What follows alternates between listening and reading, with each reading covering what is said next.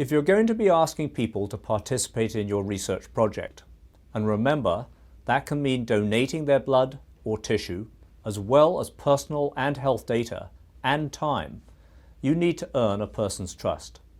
They need to know that you will be conducting not just good, but ethical research. You should be aware of the current state of public opinion, as this can vary between different cultures and regions. You should also be aware of any current affairs that may influence views on topics like privacy, informed consent, and data sharing. It's always good to be well prepared and responsive to any concerns from participants when they arise. Remember, opinions change faster than research.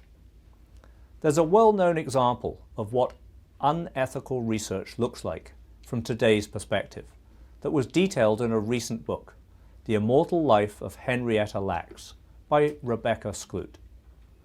It's a historical account of what is considered by current standards to be unethical treatment of a now famous research subject.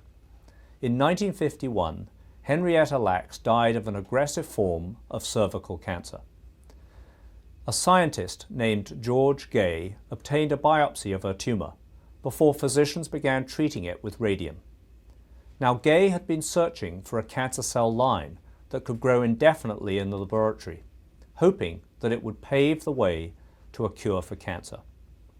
George Gay found that Henrietta's cells multiplied again and again in the laboratory, creating an immortal cell line. The cell line was subsequently distributed to scientists around the world as a resource for biomedical research and is still used to this day in laboratories all over the world. It has been used to develop the polio vaccine and numerous cancer treatments.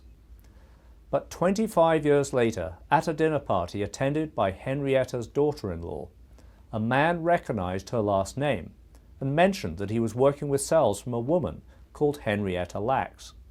It was only then that the Lacks family learned of the extent of the use of Henrietta's cells in research, and that her cells, now known as HeLa cells, had been used as a medical research tool worldwide for more than a quarter of a century. Looking back from a time now when ethical principles are widely known, understood, and adhered to, it is clear that there are several ethical deficiencies in the ethical conduct of this research. Henrietta was not provided with any information about the use, sharing, and distribution of her tissue for research purposes, and was never asked for informed consent before her tissue was taken and used. To name the cell line with a term that enabled linkage to identify the donor was also a mistake that violated Henrietta's right to privacy. The book offers a detailed description of what was, by today's standards, a serious neglect of patient privacy rights and inadequate steps to conduct ethical research. The account from the family's perspective also serves as a reminder to always keep ethical standards a priority when conducting your research projects.